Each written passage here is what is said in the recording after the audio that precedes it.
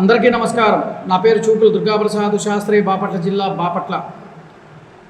గత ప్రభుత్వం అంటే వైఎస్ఆర్ కాంగ్రెస్ ప్రభుత్వం చేపడుతున్న వెన్నుపోటు కార్యక్రమానికి ఈ నెల 4వ తేదీన వీళ్ళు శ్రీకారం చుట్టడం జరిగింది.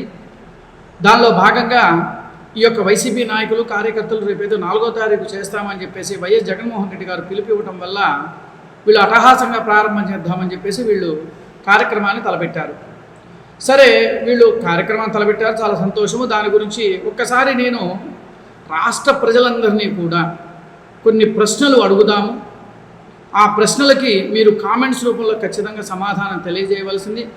నేను ఎందుకు ఈ మాట అంటున్నానంటే, ఈ వైఎస్ఆర్ కాంగ్రెస్ ప్రభుత్వం వాళ్ళు ఈ ఎన్డీఏ ప్రభుత్వం మీద మళ్ళా బురద చల్లటం కోసం, అంటే వాళ్ళకి ఇంకేమీ దొరకటం లేదు కాబట్టి ఏదో ఒకటి మనం చెయ్యాలి కాబట్టి వాళ్ళ మీద బురద చల్లాలి అనే భావనతో ఈ యొక్క కార్యక్రమాన్ని తలపెట్టారు. దానిలో భాగంగా కొన్ని ప్రశ్నలు మీ ముందుకు నేను తీసుకొస్తున్నాను. ఒక్కసారి రాష్ట్ర ప్రజలారా ఒక్కసారి ఆలోచించండి. 2019 నుంచి 2024 వరకు వైఎస్ జగన్మోహన్ రెడ్డి గారు చేసిన వెన్నుపోట్ల గురించి ఒక్కసారి మనం మాట్లాడదాం. ఒక విశ్లేషణ మీ ముందుకు నేను తీసుకొస్తాను, ఒక్కసారి వినండి. ప్రధానంగా ప్రజావేదిక. ఈ ప్రజావేదిక 9 కోట్ల రూపాయలతో కట్టిన ప్రజావేదికను కూల్చేశారు. అప్పుడు మొట్టమొదటిసారిగా చేసింది ప్రజాధనం మీద వేసిన వెన్నుపోటు ఒకటి.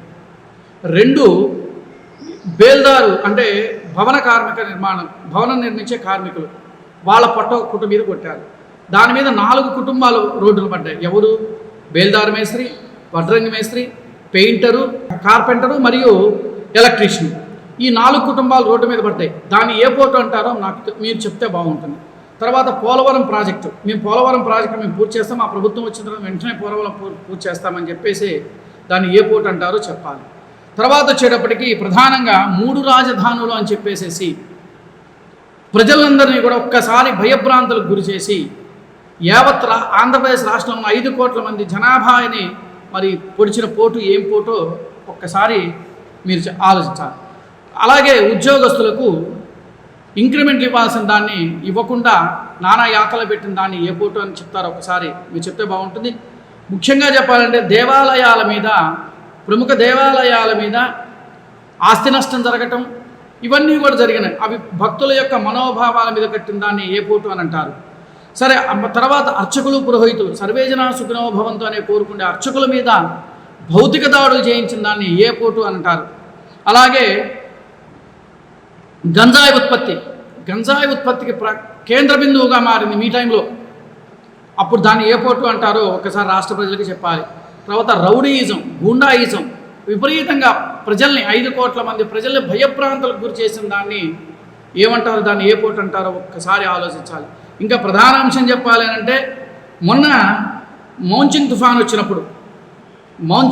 వచ్చినప్పుడు మీరు బాపట్ల విచ్చేసి రైతులను ఆదుకుంటాము అని చెప్పేసేసి మొండి చేయి చూపించి వెళ్ళినప్పుడు దాన్ని మరి ఏ పోటు అంటారో రాష్ట్ర ప్రజలకు ఒక్కసారి తెలియజేస్తే బాగుంటుంది. అప్పుడు మీరు చేసిన తర్వాత తెలియచేసి అప్పుడు మీరు వెన్నుపోటు దినోత్సవానికి వెళ్తారో, లేకపోతే కత్తిపోటు దానికి వెళ్తారో, లేకపోతే ఇంకో పోటుకి వెళ్తారో, ఏ పోటు దినోత్సవానికైనా మీరు వెళ్ళొచ్చు. ముందు నేను అడిగిన ఈ ప్రశ్నలన్నిటికీ కూడా రాష్ట్ర ప్రజలకు ఒక్కసారి వివరణ ఇచ్చిన తర్వాత మీరు చక్కగా వెళితే బాగుంటుంది. రాష్ట్ర ప్రజలారా, ఈ వైఎస్ జగన్మోహన్ రెడ్డి గారి యొక్క ప్రభుత్వం, గత ప్రభుత్వం ఇప్పుడు ఏ కాటికి కూడా చక్కగా సుపరిపాలన అందిస్తున్న ఎన్డీఏ ప్రభుత్వాన్ని, కూటమి ప్రభుత్వం మీద బురద చల్లడం కోసం చేస్తున్న ఈ యొక్క డ్రామాని ఒక్కసారి మనమందరం కూడా ఆలోచించాల్సిన విషయం. ఎప్పుడూ రానిది, వాళ్ళ ప్రభుత్వంలో రానివి ఇప్పుడు ఈ ప్రభుత్వంలోకి రాగానే పాపం వాళ్ళకి రాష్ట్ర ప్రజల మీద, వాళ్ళ యొక్క దీని మీద పాపం వాళ్ళకి ఎంత ప్రేమ కలిసికొచ్చిందో ఒక్కసారి మనం ఆలోచించాల్సిన విషయం. నేను చెప్పినవి ఈ పాయింట్లు నేను ఏవైతే మీ ముందుకు, రాష్ట్ర ప్రజల ముందుకు నేను తీసుకొచ్చానో ఇది అవునా కాదా అని చెప్పేసి దయచేసి కామెంట్స్ రూపంలో మాత్రం ఖచ్చితంగా మీరు కామెంట్స్ తెలియజేయవలసిందిగా కోరుకుంటూ ఉన్నాను. నమస్కారం. నా పేరు చూకుల దుర్గాప్రసాద్ శాస్త్రి, బాపట్ల జిల్లా బాపట్ల.